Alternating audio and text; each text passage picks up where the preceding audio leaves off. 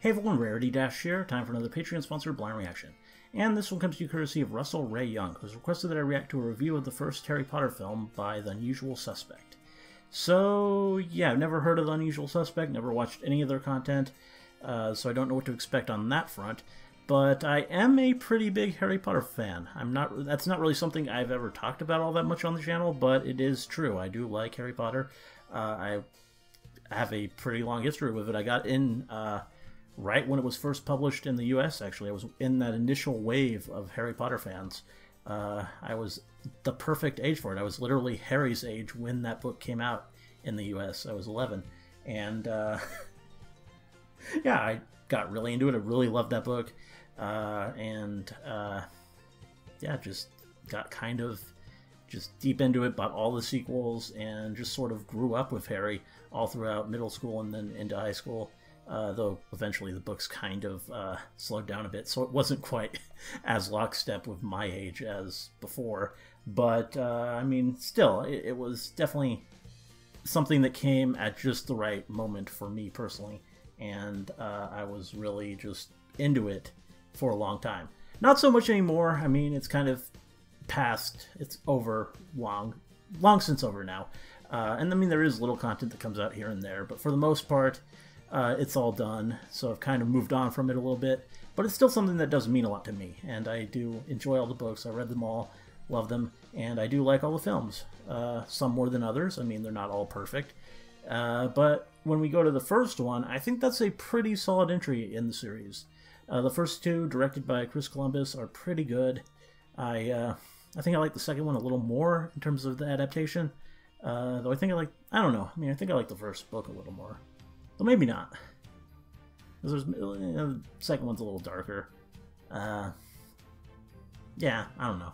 But yeah, both are good. And yeah, the first one, whether you call it the Philosopher's Stone, like most of the world does, or the Sorcerer's Stone, which it was called over here because we're all idiots, it made for a pretty good movie when they adapted it. So I'm interested to see someone else's take, I guess. This honestly isn't something I really expected to ever watch many reviews of. It's not something I ever really thought to look into reviews of, because, I mean, it's Harry Potter. It's a bit more mainstream, I feel, than a lot of the stuff that I would normally, like, watch people review. But, I mean, that doesn't mean that a review of it can't be interesting and worthwhile. And I'm interested to see what this person's style is and how they approach it and what they have to say. Hopefully it'll be pretty cool. So let's get started and see. Here we go. Hey guys and girls, welcome to my very first movie review.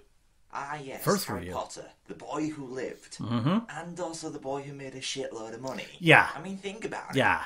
J.K. Rowling is now richer than the Queen of England. Possibly. They're amongst the highest grossing films of all time.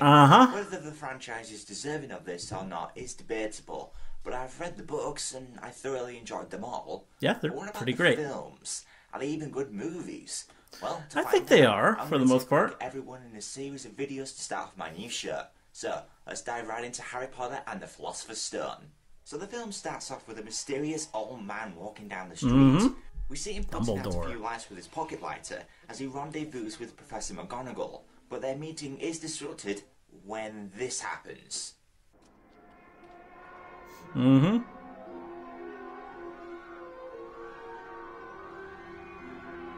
Yeah. Hagrid.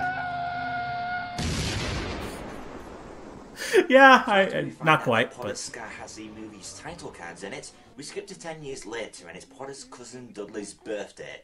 He's not too pleased with what he got, however.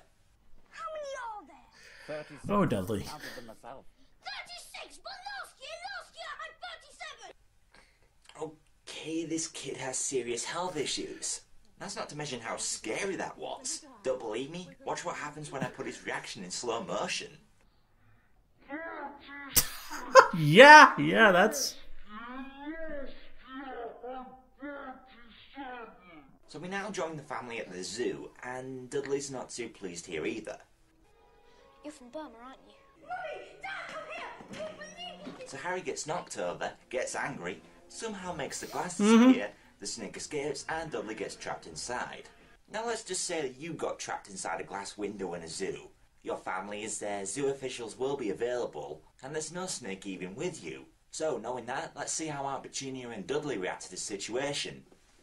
In slow motion. Oh. More slow motion. Okay.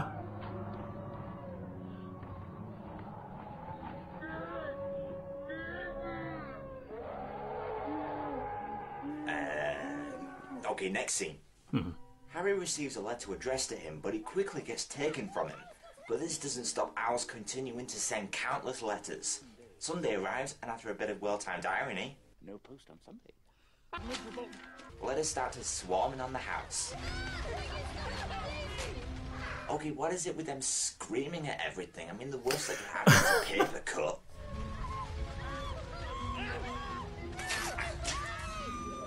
Ow! So after the shortest chase ever shot on film, followed by some bad dubbing,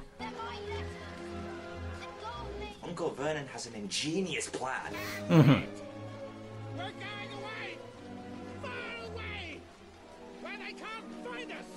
Daddy's gone mad, hasn't he? Says you who so far in this movie has done the following things.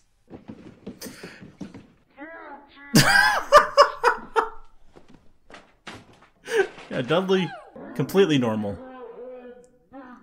Just a normal kid. Yes, Dudley, Daddy has gone mad. But won't the two of you get on for the better knowing that you both are batshit crazy? So we skip to God only knows where. Yeah, Finally yeah. gets a visit from a scary giant of a man.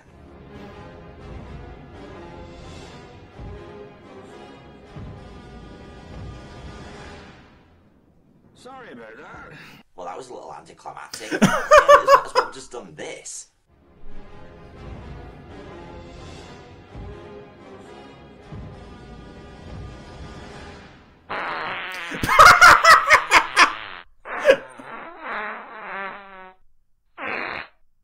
Sorry about that. Yeah, that would work. Learning that Harry's a prostitute. I'm a what? Oh, sorry, wizard. Yeah. Hagrid takes Harry to London to buy some school supplies. Is it just me, or does this seem a little wrong?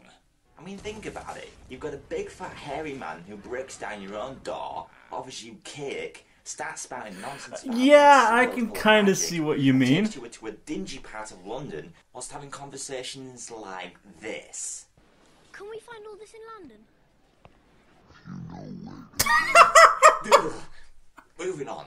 Harry and Hagrid enter the Wizarding Street of Diagon Alley, but Harry needs Money. Well, there's your money, Harry. Gringotts, the wizard bank. So Harry and Hagrid enter Gringotts, but Harry needs a key to get to his vault. Luckily, Hagrid has the key. But where does he keep it exactly? Wait a minute. Got it here somewhere. Oh. Oh. Okay. There's the little devil. Now this next bit makes me kind of Yeah. glad this is a movie. Let's pretend for a moment that it's an audiobook. So is it true? I mean, do you really have the... Whoa. Bertie bought I mean every flavour. There's chocolate and peppermint, and there's also spinach, liver and tripe. George sweared he got a bogey flavoured one once. Okay, but we're all wondering if there's one that tastes like poo. Oh. Don't deny it. Ever since you heard there was a bogey flavoured one, you've been yeah, wondering how far Bertie Bott would go. Yeah, After I Harry guess I arrives at did. the school, we meet the Sorting Hat, who sorts all the students into their houses. The thought did cross my mind. What kind of clap is that? The whole point of a clap is so you can hear it. Can you hear this? No. No. Better be Gryffindor.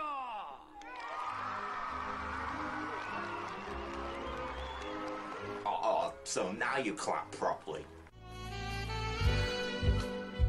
Okay. No. Dirty old man. Oh, wow. I a rabbit harping home. Turn this water into rum. What's Seamus trying to do to that glass of water? Die. Turn this water Yeah. into rum. Turn it to vodka? Turn it to rum. Damn it. Don't forget the nice wrist movement we've been practicing. Whoa, whoa, whoa, whoa. Wingardium Leviosa. Well done, dear. I think we're going to need another feather over here, Professor. She's a nightmare, honestly. No wonder she hasn't got any friends. Aww. I think she heard you. Next on the calendar, Halloween. Where's Hermione? She mastered the wrist action. Oh, which is a girl. But no time for any of that. A troll's Well, on the loose. I mean- But Hermione doesn't know, so Harry and Ron rush to help. I think the trolls left the dungeon. There's a lot of that, Time, isn't but there? Ron masters the wrist action and saves the day. Is it dead? I don't think so. Glass knocked out. Cut to the next day and Harry's got a gift. Jeez, I wonder what this broomstick-shaped object could be. Yeah, not a lot of surprise there. Cut to the Quidditch match as the Slytherin captain performs a move that will make any man cry out in pain. Oh. Sheesh, Hitler didn't sound that evil. So Harry catches the snitch and wins the Quidditch match as we cut to Christmas where Harry's got a present. What is it? Some kind of cloak. My body's gone. That's an invisibility cloak. I'm invisible. So Harry uses the cloak to rummage around the school and comes across a mirror where he sees his parents. Dumbledore pops out of nowhere to explain. So then... That's what he does. What we want. Whatever we want. Yes and no. It shows us nothing more or less than the deepest and most desperate desires of our hearts. Yeah, so whatever we want. Next up, a visit to Pretty Hagrid, much. where it turns out he's got a dragon egg, but it turns out someone's watching. Well, because of Malfoy's little snitching endeavour, the four are put into detention, with Hagrid as they enter the Forbidden Forest, find out what is killing the unicorns. Yeah. Hagrid? Can't be killing the unicorns. What we're here for. See that? Oh, it's unicorn junk. No. Oh, thank God. Okay, so after that gooey silver blood, they decide to split up. Unfortunately, Harry and Malfoy come across Voldemort, but Harry is saved by a friendly neighbourhood centaur. That thing that killed the unicorn. That was drinking its blood. That was Voldemort. You know what is hidden in the school at this very moment, Mr. Potter. The Philosopher's Stone. Okay, but how the hell did Voldemort even know about the Philosopher's Stone? Hell, how the hell did this centaur know? What was it that Dumbledore said earlier? I would trust Hagrid with my life. Okay, so he trusts him with his life, so surely he can keep a secret, right? Shouldn't have said that. I should have Ah. I shouldn't have told you that. That's a pretty good point. said that. I should not have said that. Apparently not. So Snape's none the wiser as our heroes head down the trapdoor without a single instrument in hand. I don't know, maybe they were planning an armpit fart serenade, but lucky them. Possibly. Snoring. He's put a spell on the harp. We have to move its paw. The harp? It stopped playing. So the three head down the trapdoor to discover killer plant life. Hermione tells them that they can break the plant's grasp by relaxing. Harry manages to escape. He's not relaxing, is he? Apparently not. So Ron's not listening, so it's up to Hermione to save the day. I'm reading something in herbology. Silver snare, devil snare. It's deadly fun. So shoot it with a gun. Yeah, that'd work. So next they've got to play a big game of chess with a handy 3 places available just for them. They're down to their last move. You understand, right, Harry? Once I make my move, the Queen will take me. Then you're free to check the King. Hello, you are telling them your strategy. Don't make the move, you idiot. Call it off. Knight, Oh, too late. Now you're gonna die. He's fine. The spear Yeah, went yeah. through the It, horse, you sympathetic assholes. Pretty obviously Check makes fine the in the king say go movie. check on Ron. Take care of Ron. Then go to the Owlery. Send a message to Dumbledore. Question. How do they get out? I mean, you've got a trap door Oh. with no ladder or anything. Yeah? A giant killer dog on top of it. It's impossible. You're gonna die here. Books, clever I never thought about that, honestly. things. Friendship and bravery. Wow. So Harry goes through to face Snape, but it turns out it was Quirrell all along. Come here, Potter! Now! Why don't we see this guy in more movies? Come here, Potter. Now! So it turns out the Mirror of Erised has been moved down here, as we see the reflection of Harry giving him the Philosopher's Stone. What is it? What do you see? I'm shaking hands with Dumbledore. I've won the House Cup. Lies. Tell the truth! And here we go. Have you ever noticed that Harry doesn't use a single spell in the first movie? This is where a spell would come in handy, you know. Yeah. Come on, use a jinx or something. Oh, great, now you're gonna die. But lucky Harry has barbecue hands. He just singes Quirrell's face off. The ghost of Voldemort escapes, and Harry somehow wakes up in the hospital wing as Dumbledore explains what happened. Love, Harry. Love. Yeah, expected it that time. Oh, I've been bested by the power of love. Now to the end of the year dinner, as it appears Slytherin has won the House Cup, but Dumbledore announces that Harry, Ron and Hermione have gained extra points. And let's see. Hermione gets... 50 points. Ron gets... 50 points. Harry gets... 60 points. Wow! Why? And with an extra boost of points by Neville, Gryffindor win the House Cup. And with a cheery goodbye, our heroes board the Hogwarts Express and head home. I'm not going home. Not really. Okay, and with that, our credits roll. Whew. Well, that was the Philosopher's Stone. So, how does the first movie hold up after all these years? Well, the kids did a great job in my opinion, considering they had never acted before. And for a movie that lasts 2 hours and 18 minutes, it does feel quite brisk, which is a good thing.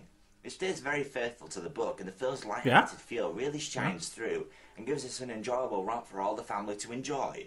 My final verdict, 4.5 Philosopher's Stones out of 5. Join me next time for Harry Potter and the Chamber of Secrets. I shall see you then. Well, yeah, that was a pretty good review. I mean, more of a recap, really, but in that definite like nostalgia critic style, where that's what you mostly do. In fact, kind of him giving it that high a score at the end, it feels a bit like to the side of what he was actually saying in terms of just ribbing it so much. But, I mean, that's fine. I understand that the point is to make it entertaining. And that even if he's pointing out how obvious and how obvious the dialogue is, he's that doesn't mean he necessarily thinks it's bad. But it's still that bit of dissonance between the score and just the sense that you get actually watching the video. But yeah, he presented it well. I mean, if this was his first review, he did an excellent job, I would say. He seemed to just carry it very well and made some pretty decent jokes out of it, and it was just overall pretty entertaining. And it was nice to go back and revisit this movie, because I haven't really... I have rewatched it fairly... like, within the last couple of years, I think I rewatched it. I think I rewatched all of them, but... yeah, at least not for probably a year now, I guess. Maybe longer, not really sure.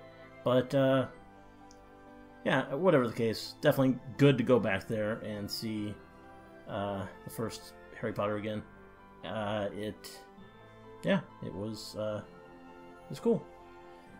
Very, yeah, really a pretty interesting video. So thanks for suggesting that, Russell, and if you have a video you want me to look at, go ahead and check out my Patreon. If you back me at the $20 level, you can choose one video a month and I'll react to it. There are some restrictions, not many, basically just the length and stuff like that. For the most part, though, you'll be able to select any video and I'll watch it and do a reaction like this. So check that out if you're interested. Anyway, hope you liked the reaction, let me know if you did, and see you in the next one.